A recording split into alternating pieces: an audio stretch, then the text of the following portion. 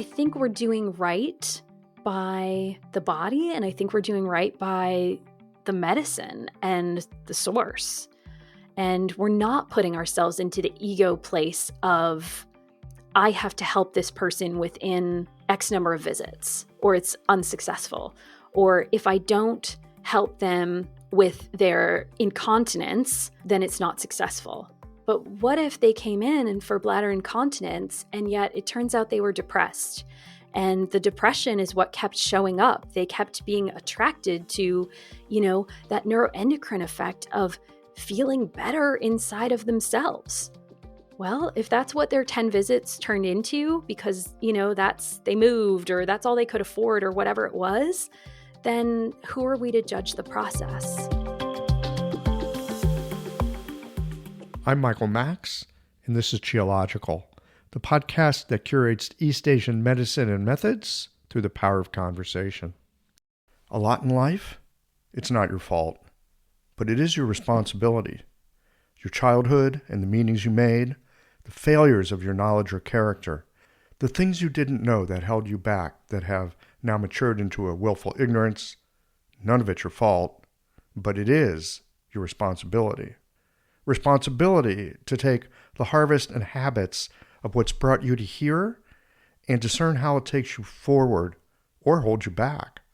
To understand without malice towards yourself how you've been complicit in your own suffering, argued for your limitations, and won. Decided that rather than change yourself, you'd take a shot at changing the world. Taking responsibility, it's the bitterest pill to swallow.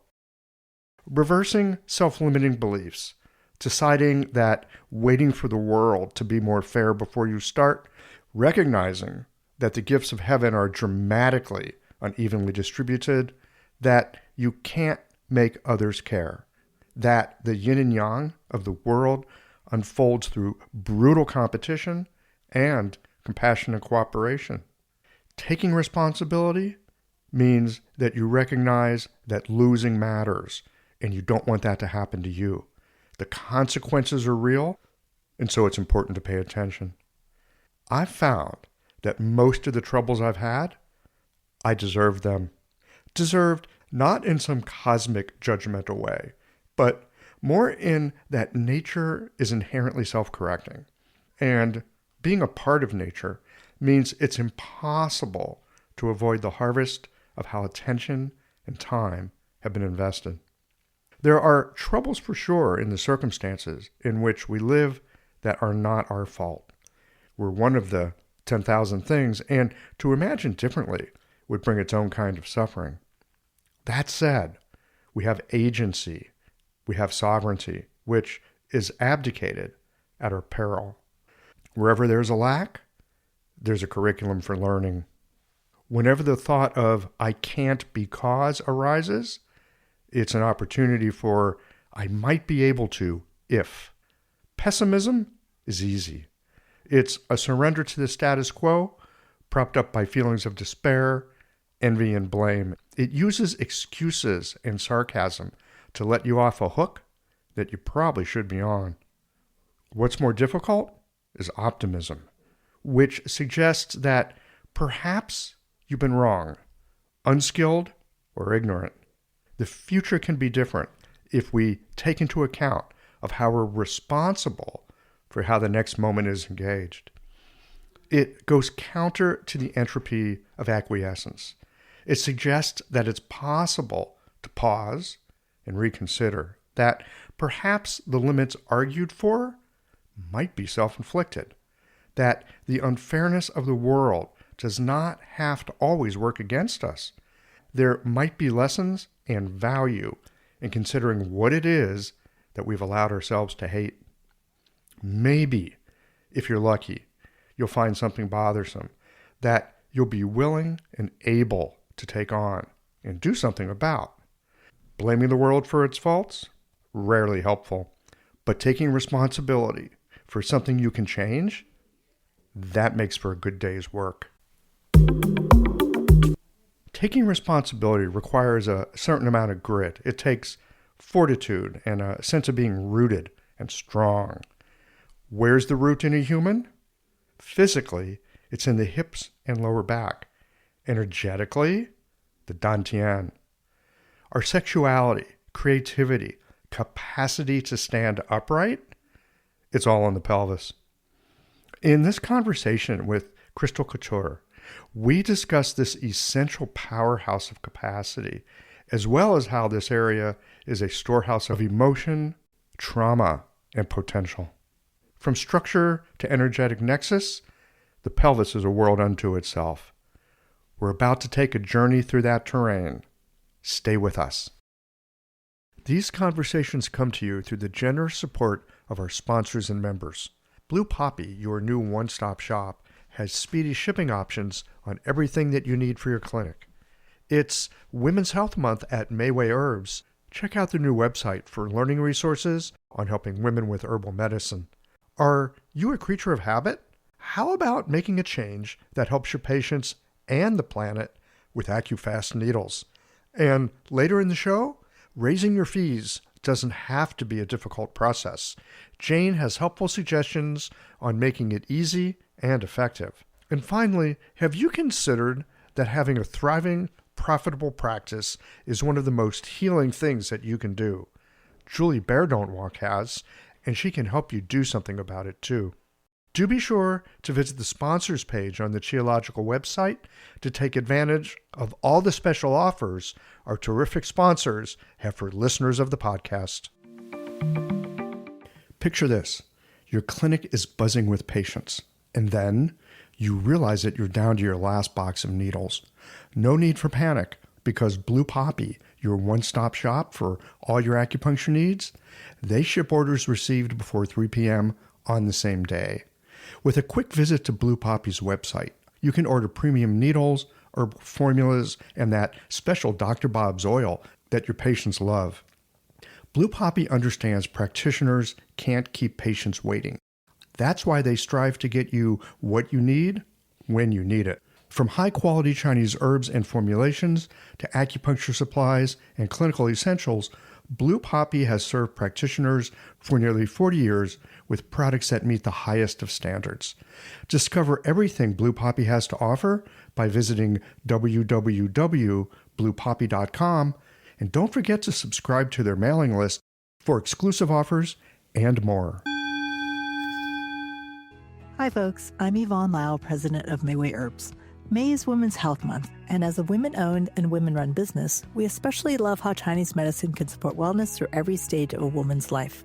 So in this month's newsletter and podcast, we're covering topics like PMS, pregnancy, menopause, and osteoporosis. We'll share expert insights and effective treatment strategies you can put to good use in your clinic. Our Plumflower brand line includes herbal tea pills, tablets, extract granules, and organic herbs, all of which you can find on Mayway.com. And where you can also find articles, videos, and other resources to support your practice. Since 1969, Mayway has been a trusted source for high-quality herbal products. In these challenging times, please know that we remain committed to keeping our products accessible and affordable so you can take care of yourself and your patients. As always, thank you for supporting Real Chinese Medicine. Daily habits and routines feel comforting, familiar, easy, automatic. That's the power of repetition. You've worked out the kinks and can do it with your eyes closed. But what if you shook things up? What if you ditched the old routine and tried something new? Hi, I'm John Sten. I've practiced acupuncture for over 30 years, and together with my wife Kelly, we created the world's first eco-friendly acupuncture needle. The AccuFast earth-friendly needle system cuts your packaging waste by 60 to 90%, depending upon your needle type, speeds up your needling, gives you more control, and best of all, while you're healing patients, we plant a tree for every 2 boxes your clinic uses. Thousands of acupuncturists have already made the switch. In just the last year, they've helped plant over 16,000 trees. Since we started, that number has grown to over 50,000. So break the routine. Be the change. Visit AccuFastNeedles.com. Your patients and the planet will thank you.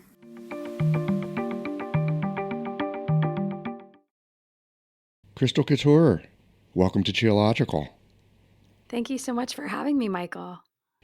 We were talking just a moment ago, just in getting ready for the podcast, and talking about podcasts and such. You've done some of these before, and we were talking about Qiological. And I was about to say to you why I like it so much. And I said, nope, hang on. Let's just wait a second, because I want to get it recorded. One of the reasons I love doing this and love inviting all the people on, you today, is because I have this opportunity to talk with practitioners that I would otherwise never have an opportunity to meet unless we happen to live in the same town and went to school together or happen to bump into each other at a coffee shop or, whatever. Right. It's just not often that we get a chance to sit down and really hang out and find out about each other's work. There's some magic in that, isn't there? Oh my God, yes. It is magic. And there's folks that are teachers and they got their thing and they kind of like the spotlight, so they teach, and thank goodness that they do. And then there's folks that are just working away in the workshop. They're like fine craftspeople. They're working away in the workshop. You never hear about them unless you were one of their patients and somebody referred you to them. Yeah, it's true. And then I guess there's some of us that do a little of both, right? Maybe, yeah, sure. Especially these days with the internet being such a fabulous tool for connection. Absolutely. I think your podcast is this place for these cherished conversations that go deep into what's happening in people's lives and in people's bodies through that lens of Chinese medicine. And it just provides something supportive and nourishing for those who listen, which is why I love your podcast. Well, I'm delighted to have you here, to be honest. I wanted to talk to you because you have a focus in your work with working with the pelvis. Pelvic floor is a term that I think I heard it a bit years ago. Mm-hmm. Like osteopaths would talk about it and certain kinds of physical therapists, and it was out there, but not really in the mainstream so much. It was more like at the edges. And I would say in the past 3 to 5 years, women in particular, they'll come in and tell me about the pelvic floor work that they're doing. In the same way that they'd say, I'm taking a yoga class. It's common. It's not unusual. Absolutely. And I love that. I think I sort of tend to do things before they're cool, Michael. So that would make you a thought leader, wouldn't it? Right? To some extent. But I keep a lot of things sacred too, So when I first started working with pelvic health clients, I wasn't an acupuncturist yet. I was a PT. And they were talking about pelvic health, and it didn't have a space in the mainstream. And there wasn't a lot of terminology that was commonplace. And it was kind of like my crusade to learn as much as I could from a biomedicine perspective to understand what these women and men, honestly, were experiencing, what they were feeling. And at that point, it was really physical because, as a PT, that was sort of my introduction to what was happening in the pelvis. And so I did. I looked at biomedicine, I felt into it, I tried to understand the physiology of a lot of the dysfunctions that existed for these clients that were coming in with these thoughts or complaints or symptoms. And that was the very beginning. It evolved from there, and maybe we can talk about that kind of naturally as it approaches. But that was the start. Thoughts, complaints, and symptoms. Yeah. That's an interesting triad.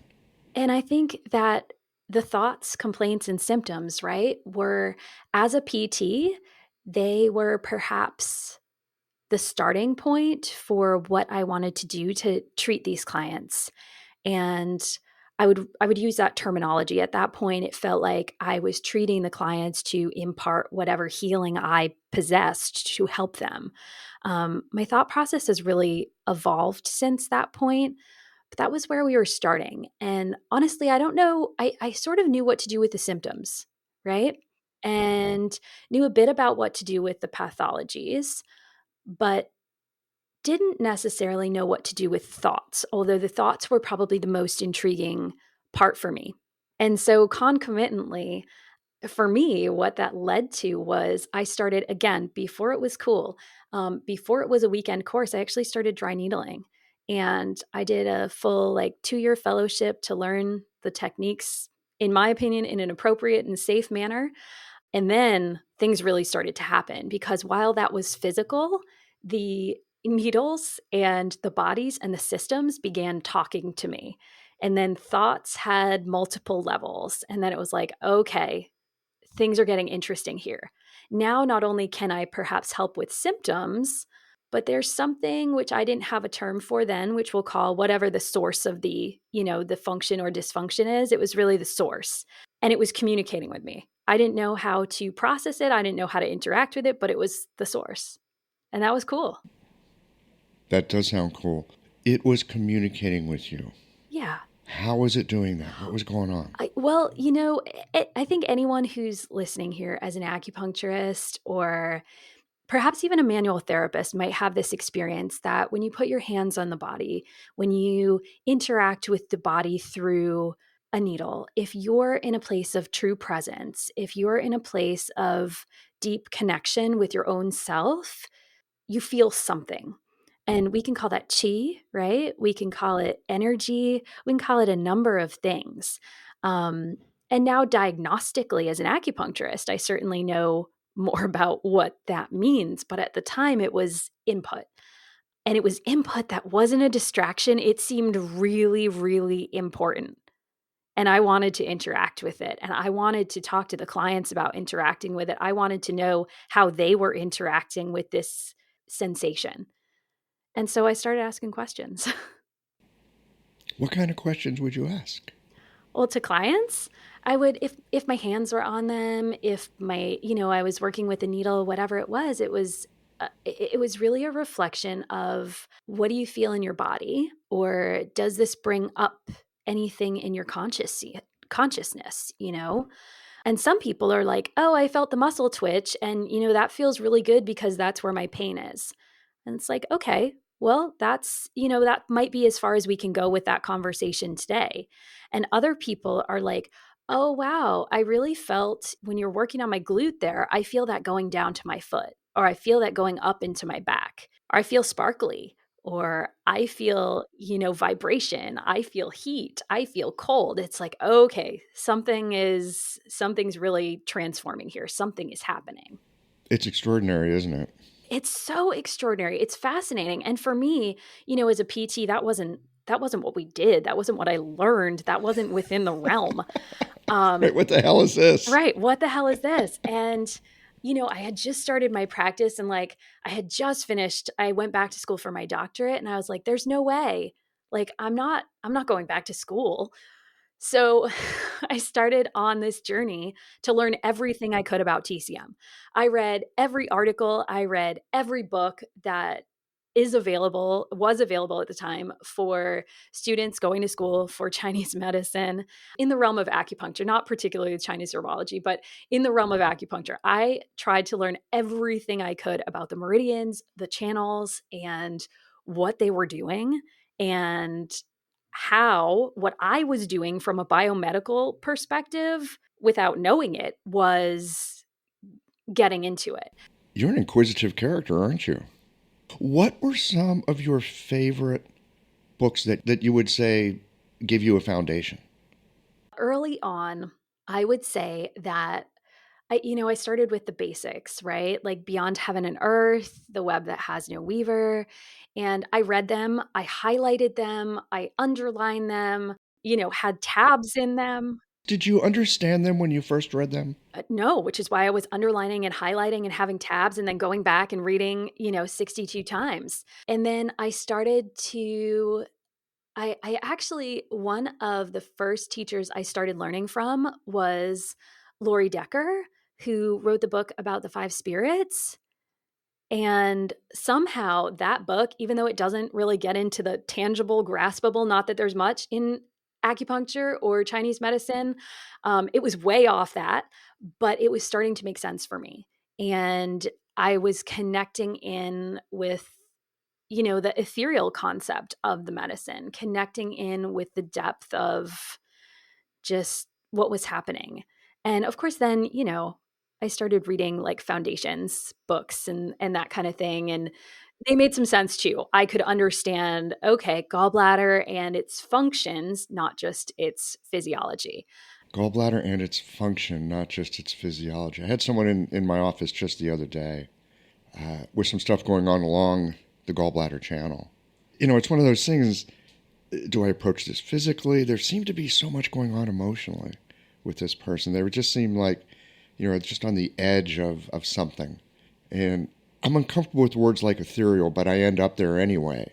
Right? There's stuff that you just pick up. It's like, I wonder if this person just needs to be a bit more of a badass sometimes. Like, here's a boundary, and I dare you to cross it. Like, please. I got a can of whoop ass for you. Be bold, right? Be bold. And I don't know what the result of the treatment is yet because I haven't seen her.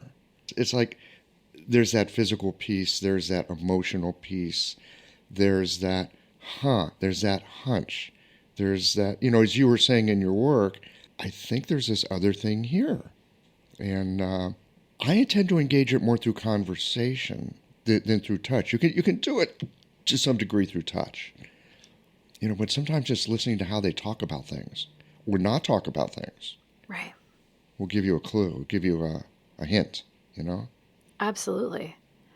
Yeah, I think there's so much to what is said, what is not said, what is perceived, and what the client's experience is, right? At the end of the day, we can know a lot of things or sense a lot of things on a deep level. And these may be things that are present. They may be things that are past. They may be things that are future. But at the same time, when a client comes in that present moment, it's sort of adapting to what's showing up, right? Like you were talking about with this client, what's showing up at this moment. If we get into these emotions that seem to be available today, what does that do for our big picture? What does that do for this client's overall health in that return to the source of, function for them? It's the big question. It works in two ways for me. On one hand, I'm so intrigued by it and so invited by it. It's just like, what is that? And on the other side of it is, I want to know what it is so I can be helpful. There's this like combination of uncertainty and not knowing and open and sensing that happens. And then there's the what it is and what I can do and how they actually change as a result of it. There's like the doing, I guess you could say the being and the doing of the work. Hadn't thought about it that way till we just unwinding it here in this moment. Yeah, I think there's also this like experience that plays in, right? Too. Um, I tend to think I'm fascinated every day by the work that I do. Um, I don't know if I'm quite as fascinated as I was when, the meridians showed themselves to me. That was a pretty like intense moment in my life of fascination by the body. So I don't know if it's that big every day, but I'm curious every day. I'm inspired every day by what bodies can do and by how we as acupuncturists have such a body of tools and knowledge and our own personalities to support clients in a multitude of ways so that they can get, this deep healing. I can just imagine somebody referring a friend of theirs to you and saying, "Oh, you got to go see her. She's absolutely fascinating." I want people to come. You know what? I adore that. And I think that is just such a nice compliment. I want people to see me or people to learn from me because of the experience that they have, though. That's so important is their experience. I want their experience to be profound as a client or, in my teaching, if I'm teaching other practitioners, something that I love when I'm teaching pelvic health is that I ask the question, are you here for your clients? And, people raise their hand. Are you here for yourself? And people raise their hand. And it's like, are you here for both? And kind of everybody raises their hand, right? And so I love this process of acupuncturists wanting to help themselves to help their clients. And that's just, where my passion lies is in others having a great experience, because I've, spent 18 years doing some foundational work. Yeah. Yeah. You followed something and it's been worthwhile, and you've discovered something and it's worth sharing. Absolutely. Oh my gosh, absolutely. It was, the pieces coming together, which, as those pieces of TCM, as patterns started to come together, it was like those are the first two layers, right? So it was like, okay, the biomedicine, the physiology, the bones are making sense, the tendons are making sense, the body fluids are starting to talk. Now these energy meridians are starting to communicate. The organs I can feel, right? And it's like, okay, what's the next layer? And honestly, that work came from a lot of like manual therapy. So I was doing a lot of, as a PT, a lot of manual therapy. I loved manual therapy. I loved sticking needles in people. I still do love both of those things. And in working with lots and lots of pelvises on the manual level, it was like the emotions and the spirit were really starting to show themselves. And it was commonplace that someone would cry or they would laugh on the table and wouldn't necessarily know why, and could, put it out there as some kind of release. But that depth was like another really intriguing part of the work. And it was like, it went kind of from like this fun, like, I want to learn more, all that fire, to something that was like very metal and very deep in, okay, there's some profound healing here. And I want to spend time with myself. So I did a lot of healing work for myself. I had a lot of acupuncture sessions. I had a lot of cranial sacral sessions. And then I was like, okay, the pelvis holds the power. The pelvis is the root of the body, and the source is understanding these emotions and understanding these spirits. And that's something I can't do on my own, which is when I went back to acupuncture school. And I chose a 5 element school because I wanted to know spirit of the points. Like on my application, on my interview, I was like, I'm going to take in whatever TCM you give me, but I really want spirit of the points. That's all I want from you. And I think I said, like, I could probably teach your needle technique classes, because at that point I had been needling for 10 years, and, I had developed some great skills with needling techniques. It was just the place I was. It was like, this is what I want. Can you give me this? And when they said yes, it was like, okay, this is where I'm going.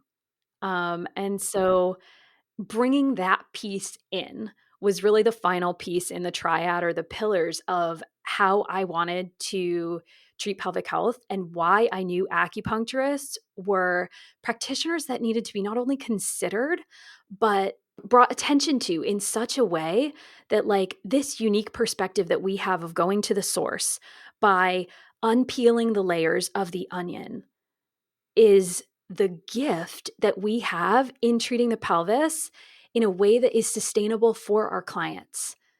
And that's where, like, my passion really is ignited right now. And that's why I'm doing what I'm doing. This episode is brought to you by Jane, the clinic management software that honestly just makes running a practice easier. Let's dive into something that's never easy, but sometimes necessary: raising your fees. It can feel awkward, right? But here's a tip that can really help. Consider offering flexibility to your patients as you introduce the change. When patients face new fees, it's natural for them to feel uncertain or concerned. That's where flexibility can really make a difference. Offering options like a phased increase, suggesting a payment plan, or even taking a moment to talk things through can help to ease the transition. These thoughtful gestures show your patients that you're listening and care about them, which strengthens the trust you've worked so hard to build. If you're looking for more ideas on how to navigate these kinds of changes, head to frontdesk.jane.app and check out the article, How to Tell Clients You're Raising Your Fees. One last thing, if you're ready to give Jane a try, you can use the code CHIOLOGICAL for a 1-month grace period on your new Jane account. Well, it sounds like you've been on this path for a while. I have. And you've like grabbed and engaged it where you could. Yeah. Right? You learned it's like you're a PT and I can do dry needling. So like let's see how this fits in. And I want to come back to the power of the pelvis or power in the pelvis. I can't remember which way you said it. I want to come back to that in a second. Because, look, there's a lot there. All the martial arts traditions talk about it, and many other traditions talk about this. So we're going to get into that. But there's something that you said that I first want to explore a little bit. I want to make sure I heard it right. Because you were talking about working with people, and like something happens and they have this release, okay?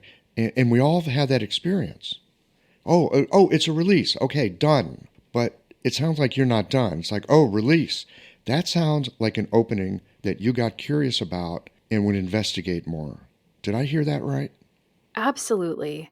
I think, and this really comes from like craniosacral training and the wisdom that I sort of gained through that process from like Dr. John Upledger and Ken Coles, who's an acupuncturist who uses craniosacral therapy. It's that in that moment of release, that is, as they sort of call it, it's this still point. So the way that I sort of translate that into deeper exploration is being okay with the discomfort that the client might be experiencing and holding space for that and seeing what comes, allowing that process to have the time that it needs to unfold. And maybe it'll unfold in full at that moment. Maybe it'll unfold a little later in a session. Maybe it'll be, 6 years from that point.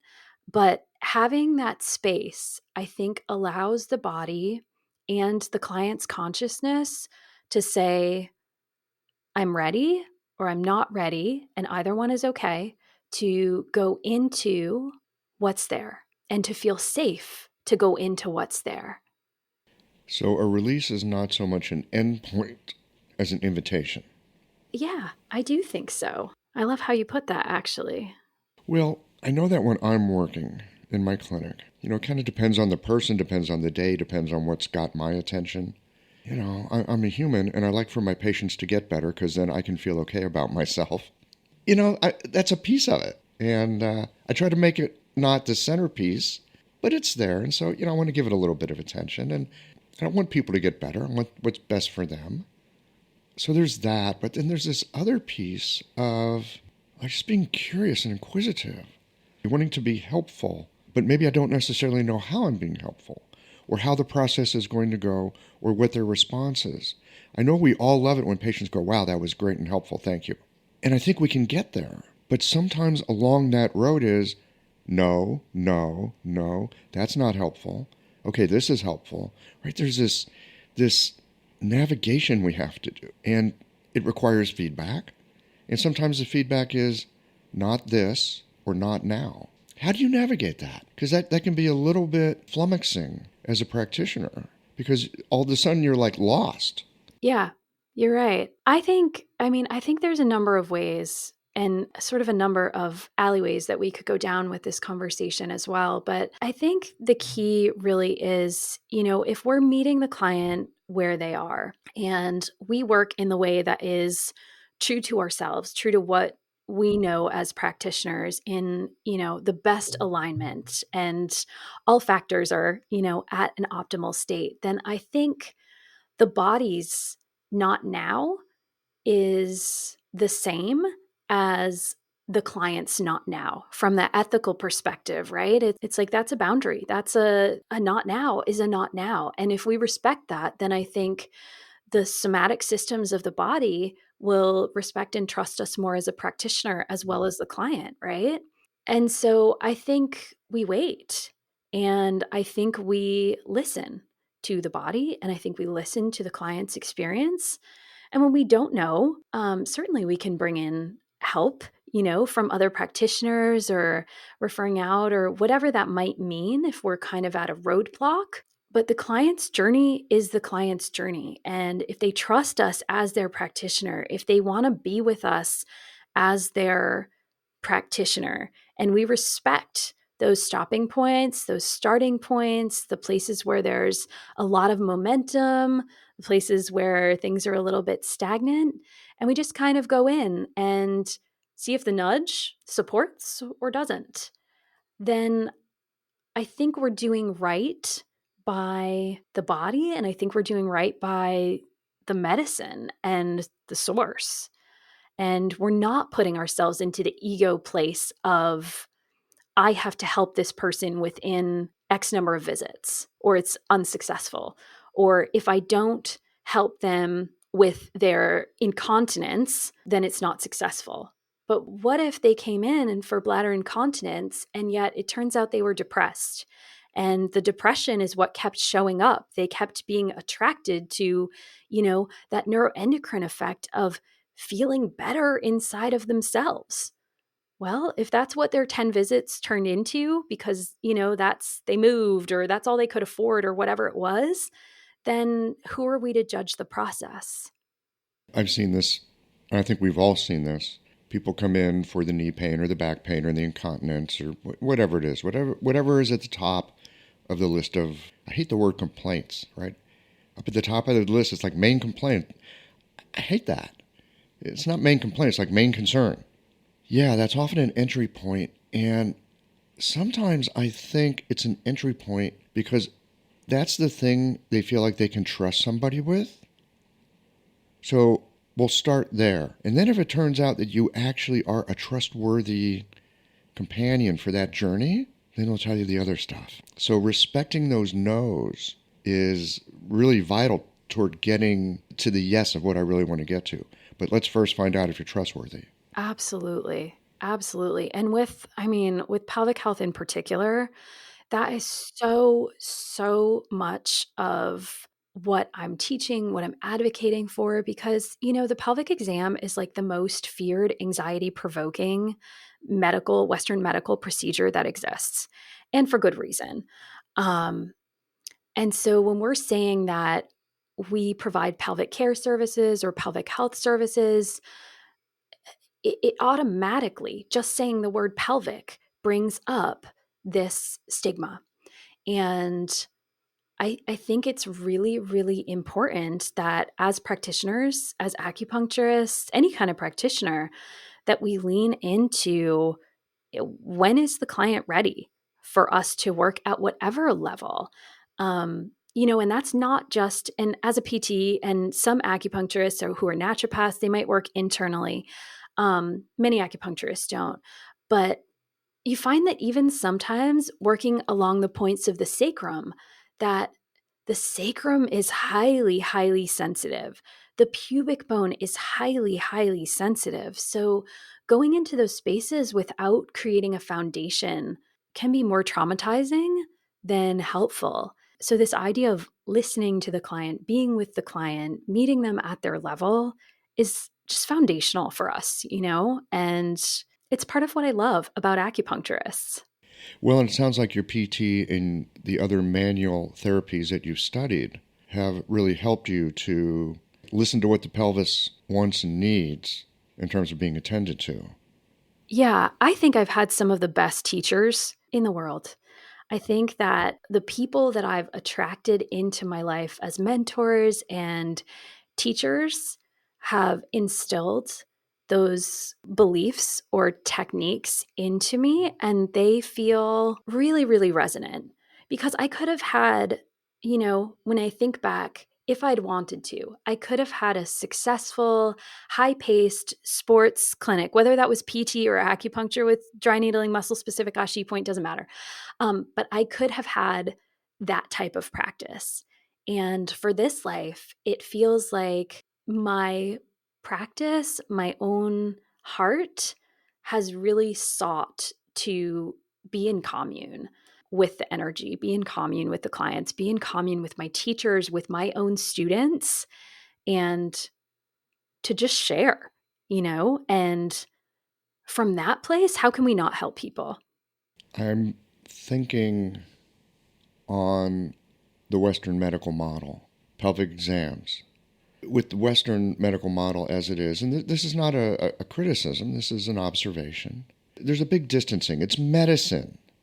right? And we're going to do this thing because it's medical. And so, in a sense, the person that's doing the exam has permission to do what they do because it's, air quotes here, medical. And there's a kind of agreement between patient and practitioner of what that means and what it doesn't mean.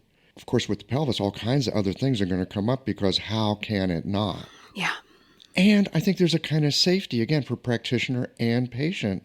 If we frame it as medical, then there's certain aspects that we can pay attention to and can be spoken to and be examined and diagnosed.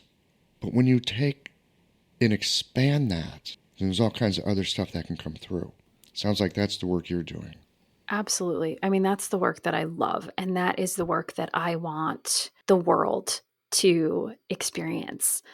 You hear too often, and in my practice, I still have a practice. I teach about 6 times a year.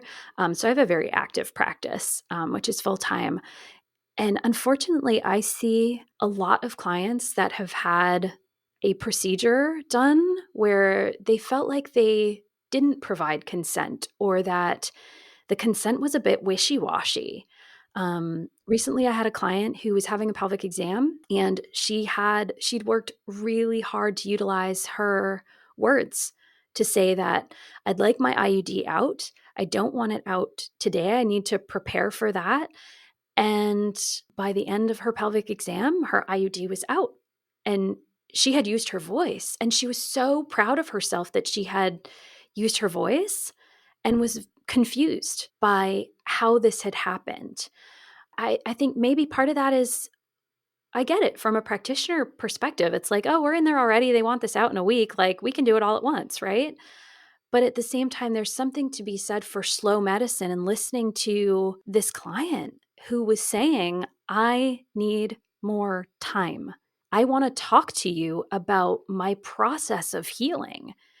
And probably in between those sentences are, I experienced some trauma, which is why I'm hesitant right now, right? And we don't need to be everybody's everything. We don't need to be their therapist. We don't need to be their OB. We don't need to be their gynecologist. We need to be their acupuncturist and their Chinese medicine doctor. And that has its, umbrella based on what we all individually bring to the table as practitioners. But if we bring in these foundational concepts when we're working with the pelvis of, just being thoughtful, being aware of this isn't the beauty salon, right? This isn't gossip time about what's happening. It's talking to the client about, I'm going to place my hands on your hips now. I think I'd like to insert a needle, here between your belly button and your pubic bone, something like that. Just keeping them aware of what's happening is so helpful for them. It continues to engage the consent process. It also continues to keep the client embodied, right? So this is perhaps another level of conversation, but if there is trauma there, then the client may have learned to dissociate. And is dissociation useful in this type of medicine, or is it more useful for them to remain embodied, for them to experience that this person's hands are kind, that this person is bringing, their professional, loving touch, that these needles have energy that's connecting into my system in a way that is safe. And if that's possible, then maybe moving past whatever trauma is there is also possible. I don't know. I'm just spinning off of kind of where we're going here. I love the way you just phrased that about the dissociation. Is it needed here? So often I hear things like, oh, dissociation, well, we got to get rid of that. You got to get embodied. Well, whoa, back up. It's there. There's a reason for it. There's a place for it. Like, how's that helpful? Let's not make it the enemy. Let's make it part of the process. Like, if you need to get away, by all means, get away. And if you can't run, then dissociation will keep you from perhaps greater harm. I'm not a trauma therapist. I don't know. I'm just riffing off of an idea. But to invite in the thing that's often considered the problem, like there's room for you here. Like do what you need to do. Like you're part of the team. Yeah. And I mean, sometimes that's a question, for us as practitioners is what serves to keep the client safe and what, in their own body, in their own sense, and the fine line of keeping them embodied, right? And, can we access that point of embodiment just before the dissociation, just before that space where the trauma is activated. And that's a place where it's like, if we can get close to it, where the client feels safe, where the client feels held, where the client feels embodied, then I think that's a really, really great space for us to be treating our clients. And I think there's a lot of possibility that exists in that space, even if it's a space that they can only access in the treatment room to start. Hey, thank goodness you got a place to start. We all need a place to start. So it sounds like a lot of the work with pelvis is embodiment work. Is that a fair statement? A lot of the work with the pelvis is just a lot. Michael, it's so dependent upon where the client is. Um, you will have, if you bring pelvic care in as a specialty to your practice, you'll have clients that will come in that will say upfront, I need you to work on my pelvic floor. I've had this pelvic floor dysfunction forever. It is physical. These muscles are, weak or tight, and that's the end of my story. Okay. So if that's where they're coming in and that's their belief pattern, who are we to know any better? Um, if they're right, right, that's not who we are. If they're coming in this vulnerable space of trauma, where it could be medical trauma, it could be sexual trauma, relationship trauma, and they're on edge, just, sitting in the chair. Well, probably we're not going to stick our needles in their pelvic floor on day one. I mean, and we are going to work with embodiment. We are going to connect with their body in a different way. And that level of embodiment of like deep trigger point needling to, spirit points that are, perhaps on the periphery of the body, not even on the pelvis, but with the energy of the pelvis, is kind of what we play with. And that's really the part of what I like to do with this work is I like to show people the spectrum from one end to the other, and to allow practitioners to see the benefits in all cases, and how, very often we'll meet in the middle, right? We'll use some spirit points, we'll use some perhaps muscle specific ashi points, we'll use our patterns and kind of work with the body however it shows up. But those extremes, they exist in anything. I'm just kind of pausing here for a moment because there's a lot here. I want to come back to something that you said a little earlier. It's a phrase that keeps going through my mind, and I'd like to dig into it a little bit more. The power of the pelvis.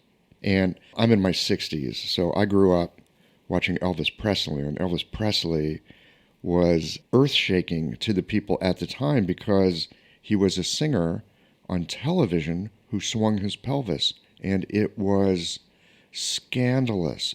Nobody had ever seen anything like that. Right.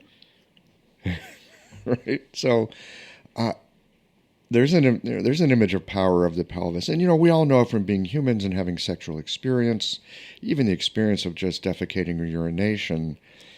There's a lot of sensation. There's a lot. There's a lot of everything. Once again, there's that, there's that sexual resonance. There's the root of the body. When you say root of the body, Yeah. tell me more about that. It's a great term. It sounds like the name of an acupuncture point. It's a very inviting phrase. There's a lot of ways you can interpret it or imagine into it. Right. I think of that as, kind of the pelvic bowl, right? As a source of kind of the container. Let's start with the container concept. The container for our reproductive system, the container for our urinary system, our excretory system, the container for creativity, right? Because creativity is linked to reproduction, the container for relationships, the container for sexuality. And then we sort of run, as we start running meridians through this, right? There's like so many. There's not an infinite number, perhaps. Maybe there is. I don't know. But when you think of how many meridians run through the pelvis, once you start thinking about the primary channels, and then you start thinking about the extraordinary vessels, and then you start thinking about the deep channels, and then the thrusting vessels, and you could just go on with, so many thoughts of types of energy that are there. And I always think of the tailbone, the base of the spine, the sacrum, and then the tailbone being sort of the way in which, on an energetic level, if we're thinking about meditating and taking ourselves down to the ground and connecting our crowns up to the heaven, I think about that sort of the heaven in a Chinese medicine perspective, not a religious perspective. The tail kind of going into the center of the core of the earth to ground us. That's sort of where I think of the root and kind of that rooting energy, which is the base for connecting us up to the source and expanding out into that, primordial chi. So I think we just went ethereal here. We did. And there is that aspect of it. I'm also thinking about, this is one of the things I love about practicing medicine, this medicine in particular. There's a whole spectrum of ways to focus your attention and see what's happening. Right. I love the old drawings, the old anatomical drawings of like hand-drawn pelvises with the bones and the ligaments. And, it's a phenomenal complex of like rubber bands and levers. Yeah. And so it's structure. The other thing I love about it, and I describe this a lot, is kind of that root being the source of structure and function, or structure and mobility, whatever the interplay is at the time. And there's a lot there too, right? Especially for us as acupuncturists to think about, because in a biomedical perspective, we can think of structure as posture and function as movement, mobility, whatever activity that might be. It could be an activity of daily living. It could be bending over to tie one's shoes. It could be running. It could be, these extreme sports of tough mudders or whatever they're called these days. And in a Chinese medicine perspective, I think we can liken that a little bit more to the perfect quantity and movement of qi. Sorry, quantity as well as quality. Both certainly play in. I don't know why I omitted that, but the quantity and quality of qi, and then that movement of the qi. Yeah, I'm glad you admitted it for a moment. Okay. Because it's so easy to go to one pole or the other and get stuck there. Is it ethereal or is it physical? Is it quality or is it quantity? This is the thing I love about Chinese medicine, and is infuriating at times. It's both and. Nothing. Yeah, right. So it's extremely dimensional in that regard. I mean, yeah, we're just, we're just in the duality that is Chinese medicine, that is Taoism, which is the cat chasing its tail, The cat chasing its tail. We have one of those. I have one too. Is it a tabby cat? It's not. It's a Cornish Rex, so it's a cat that's nearly naked and very tiny. She's precious though. Oh. I'm not familiar with those. We have a tuxedo and we have a tabby, and the tabby loves to chase its tail and the tuxedo never does. So I thought maybe it's a tabby. Love that. Anyway, speaking of pelvic experiences, chasing your tail is one of them, huh? Exactly. Exactly. Yeah. And I mean, I guess, right, if we think about like the translation of life, because another thing I love to get into with clients, with other practitioners, with students, is this idea of how whatever awareness can be brought on the table can be translated into a life experience. For instance, chasing your tail is a great one, or not being able to find your tail, or whatever it might be. When clients have those awarenesses on the table and they can verbalize them, then it's such a good opportunity, right, to reflect that back to the client and ask, well, do you experience that anywhere else in life? Imagine this. A patient walks into your clinic. They're carrying more than the pain in their body. There's a story there, a history woven with the stress of long days, the ache of things unsaid, and the quiet longing for something to shift. You listen, not just with your ears, but with your hands, your intuition, your heart. It's not just about needles or a formula. It's about connection, understanding the threads that tie us together, mind, body, and spirit. That is where golden flower Chinese herbs comes in. Rooted in tradition and crafted with care, their formulas are more than herbs. They're a bridge between ancient wisdom and modern practice. Every bottle, a quiet partner in your work, helping you to meet your patients where they are. Because healing isn't just about treating symptoms. It's about creating trust, cultivating belonging, and helping someone feel truly seen. Golden Flower Chinese Herbs, your partner in practice and connection, where tradition meets care.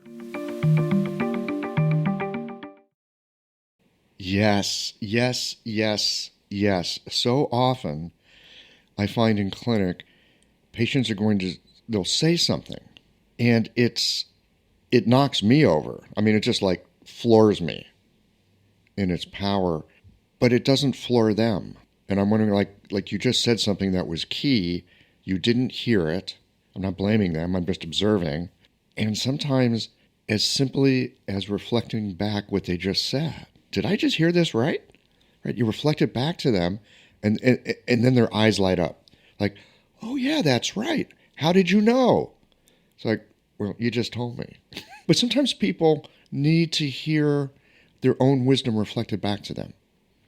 They do. And they have, we have so much knowledge as acupuncturists. And I think so many of us chase, right, the learning aspect, because there is so much to learn and there is so much that is not tangible and not understood, that we're just full of knowledge in lots and lots of different ways. And at the same time, I think so many acupuncturists would say this, and I certainly would, the client's wisdom, their own inner guide, inner practitioner, really, right? It has the most wisdom for how to treat that body. They know it better than we do because they're in it. That's true. And sometimes you need that outside reflective sounding board, or you need that outside guidance. Oh my gosh, absolutely. Yeah. You study long enough, you get some skill. Well, you get some knowledge, and then hopefully you get some skill, and maybe eventually you get some wisdom, and we bring all that. Absolutely. If you work long enough. But the question is always what's needed at any given moment. Right.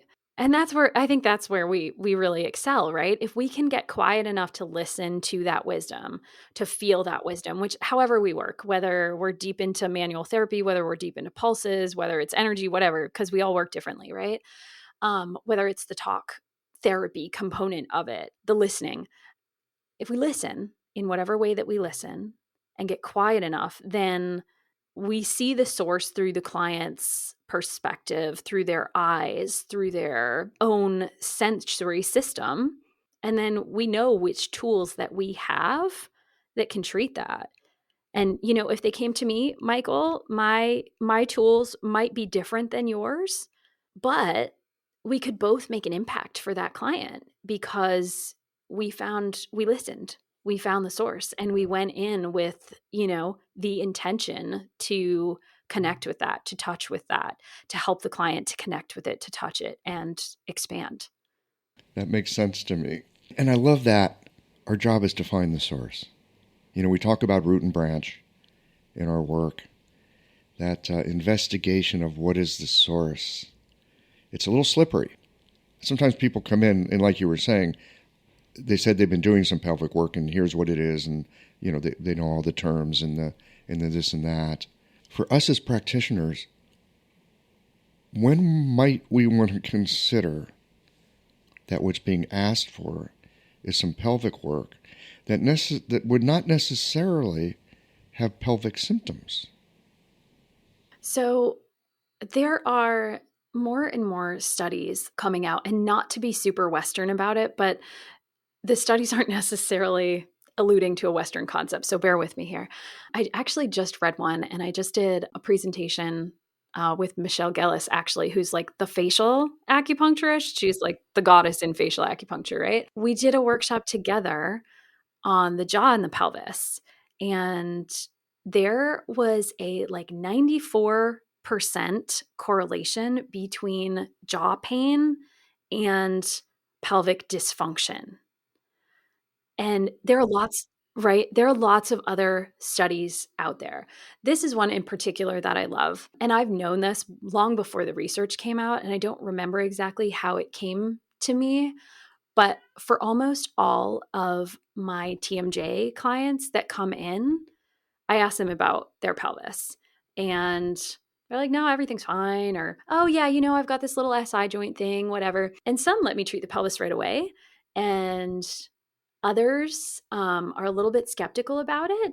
And, then if there's like a little block that they hit of like, I've kind of reached the ceiling, we might revisit it.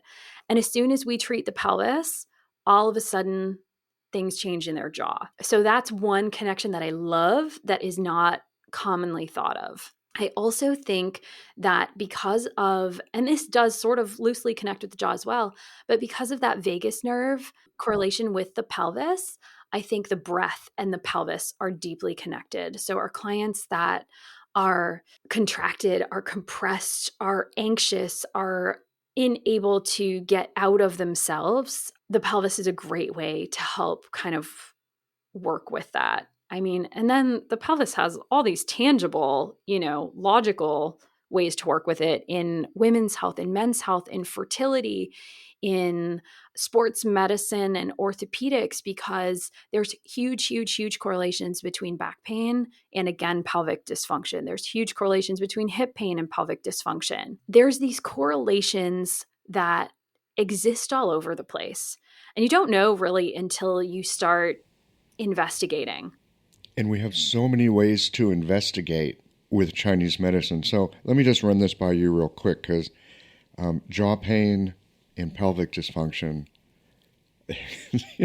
You said something that I found funny, but it's also true, that you knew about it long before the research came out, right? You've been paying attention to this in your clinic. Again, back to what I was saying earlier in the conversation, I'm so delighted I have this opportunity to hang out with practitioners I'd otherwise never have a chance to meet.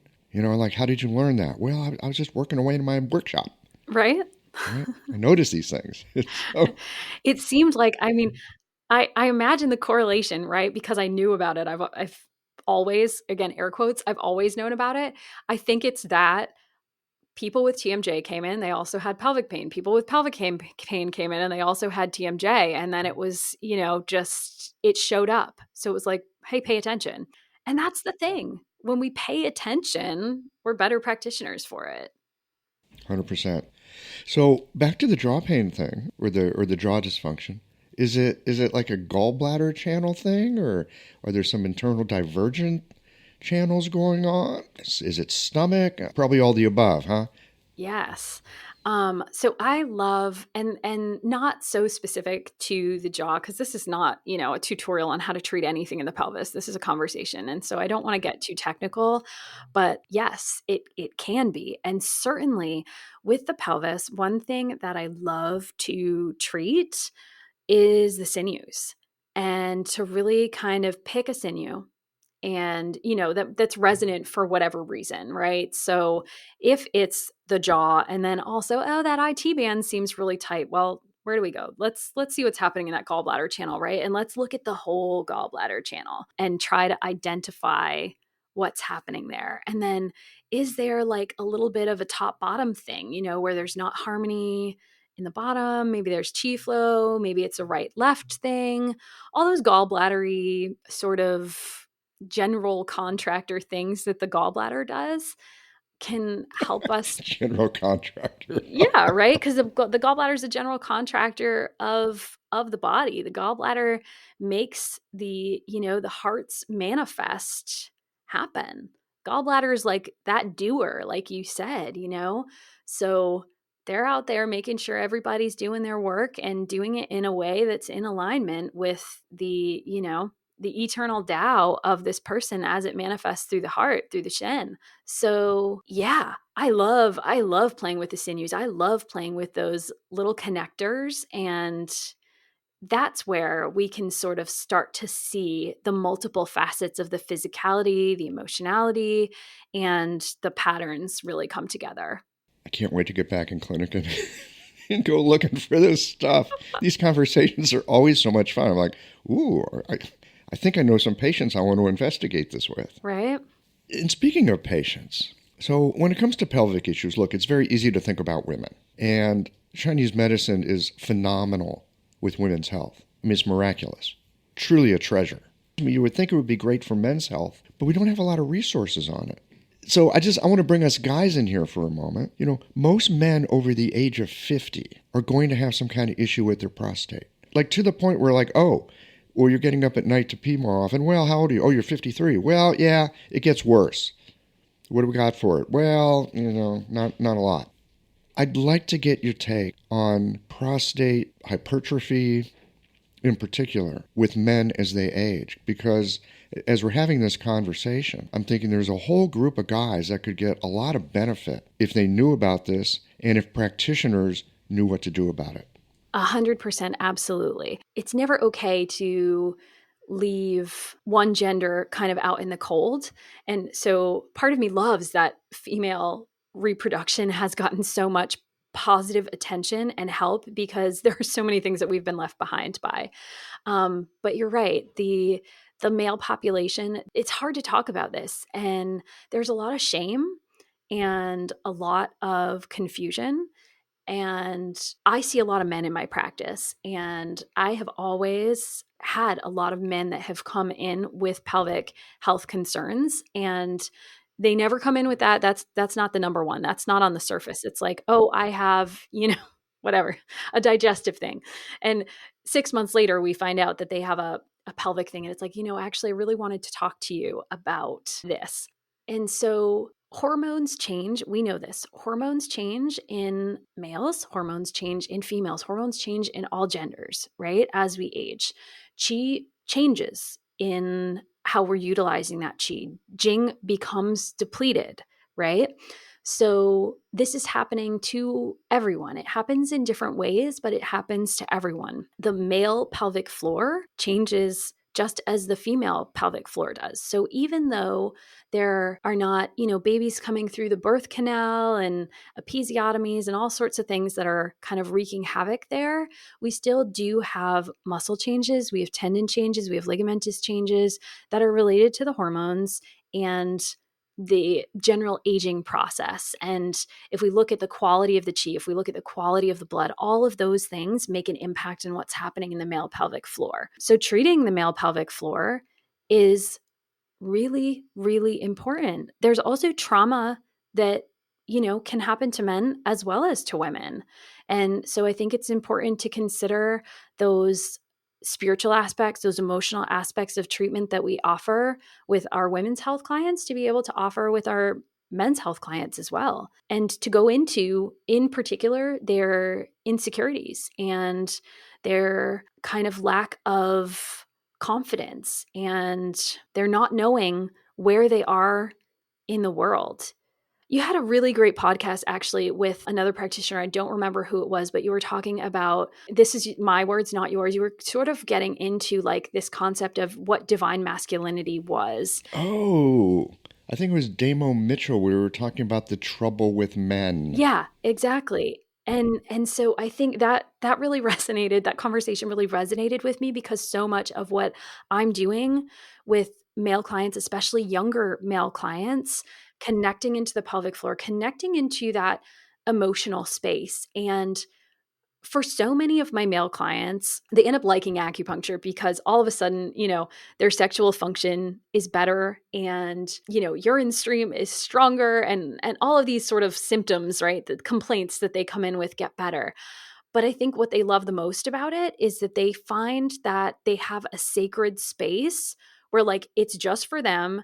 They can say whatever they need to say without judgment, and they can feel safe to like be weak for a second so that in the world they can be in a space of true strength and true masculinity rather than having to put a mask on. And that's part of the work that I love doing with men. And as a woman, perhaps that's weird to say, perhaps it's strange to hear. But that empowerment is for men in that way is something that I'm really into supporting. Men have had a bit of a rough go lately. And, through history, I'm not going to get into all the history and such, but I will say, in the past bit of time, the whole idea of toxic masculinity and any time someone's unhappy with a man, well, you're just one of them toxic, awful men. I think that probably for guys my age, we're old enough to say, yeah, you don't know who I am, so forget it. But I worry about the younger men who grow up thinking they are fundamentally flawed simply for their sex. Yeah, with the power, I mean, if we're kind of looking at, right, the balance of the feminine and the masculine, the balance of yin and yang, and the harmonization, because just like the body, I think the globe or the universe is always seeking some sort of balance, even if something has to be pulled off in order, like something has to be in excess to match something in depletion, right? So I think that there's masculinity that is showing through in the feminine taking back its power. And I do think that can be compromising to the true masculine. And at the same time, there was a huge imbalance in the masculine overtaking for so many years and really squashing everything about the feminine. So where's the balance point? How far does it have to swing in one direction in order to find a more harmonization where however we identify, male, female, non-binary, whatever it is, however we identify, however we feel within ourselves, that we feel a support and we feel a overall sense of receiving and sense of giving within our community and within our own energy, which includes both the masculine, the feminine, and of course the neutral, right? Then I think we all get closer to truth. And then, of course, there's all the distractions from truth, which, are so many things on the surface. I love it. All the distractions of truth from all those things on the surface. Yeah. Oh, you put your finger right on it. This is one of the things that I really appreciate about the clinical work that I feel like I get to do. Clinic feels like a sacred space. It's an opportunity for people to come in. They get to be who they are. They get to be how they are. We all have all the imprints and experiences that we have with society and family and expectation and education and everything else. Be able to come in and for a moment, just a moment maybe, pause. Just not hold any of it too tightly. Not try to get rid of something, but be open to letting things shift. I think we really offer these kind of options in the work we do, and the power in the root. It just seems so full of potential and possibility. Well, if folks are interested, in the more clinical work that you do or the other kinds of work that you share, where would they find you? Yeah, so I'm Dr. Krystal Couture. I am the pelvic acu. So my website is thepelvicacu.com, and my Instagram is the same, the pelvic acu.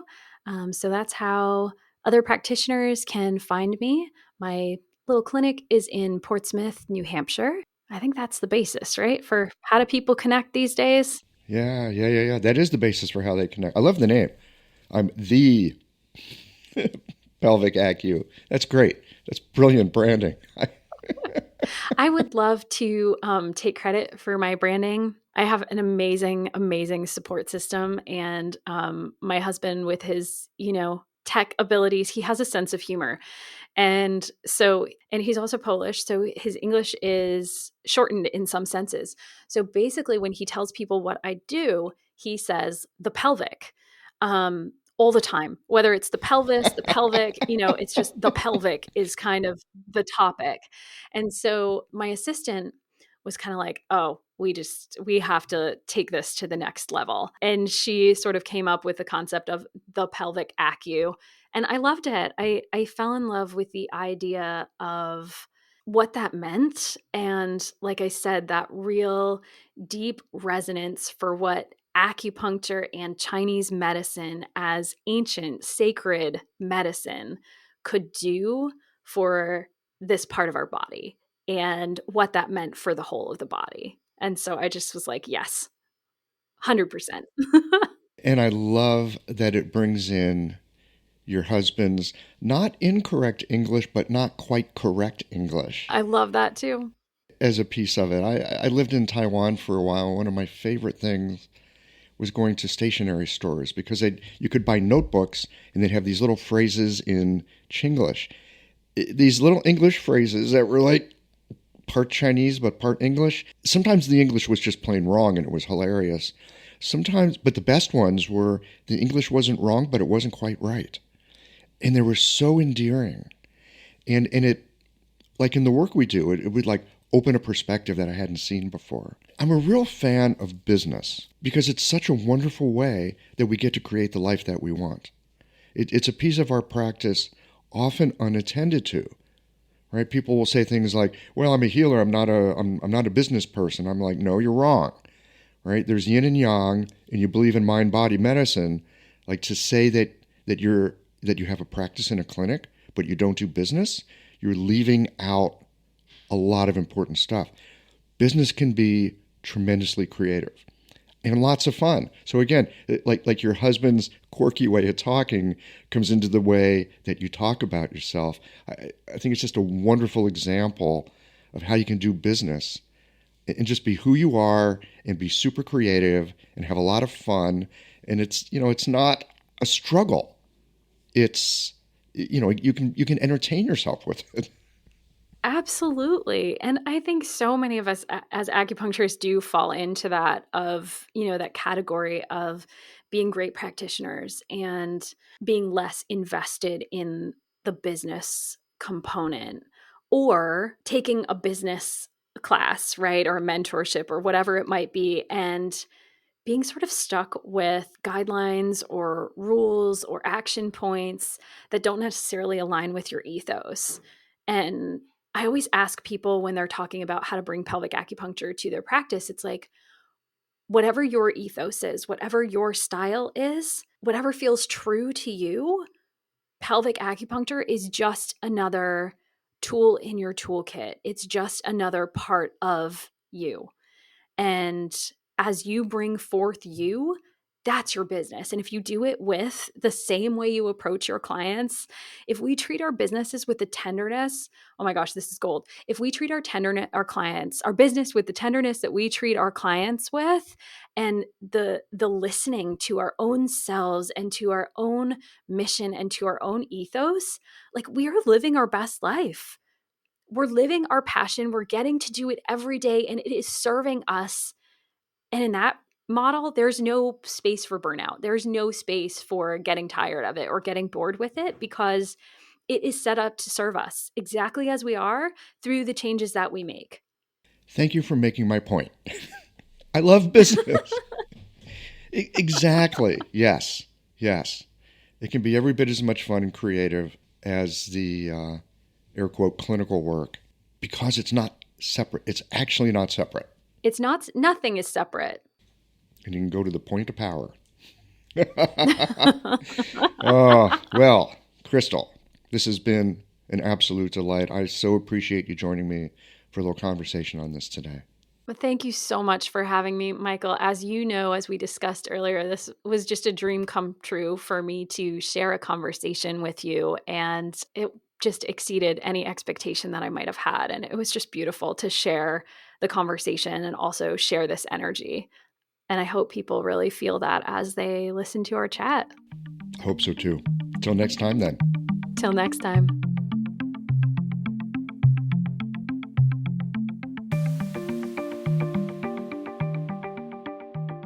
Well, that puts a pin in it for today. Krystal's reflections on the pelvis as both structural and energetic anchor, that really stuck with me. It's not just about mechanics, it's about presence. How we hold ourselves as practitioners, the space we create, and the trust we foster all shape the healing process in ways that we don't always see. One of the ideas that caught my attention was the role of the extraordinary vessels, how they weave through the pelvis, holding deep patterns of experience and adaptation. It's a reminder that the body isn't just responding in the moment. It's carrying stories, shaping movement, and organizing itself around what's been held or released. And then there's the necessity of slow medicine, of listening, letting things unfold rather than forcing resolution. If there's one takeaway, it's that working with the pelvis isn't about fixing. It's about attending, allowing, and giving the body some space to recognize itself. Well, here we are at the end of this episode. If you've listened up to this point, you're either a rabid fan of Qiological or the forward button on your podcast player stopped working. If you are indeed a fan of the podcast, you can help us to bring new episodes to our community of practitioners by supporting us with a membership or a one-time contribution. Details, of course, are on the website. That's it for today, friends. Join us again next Tuesday for another thoughtful episode of Qiological.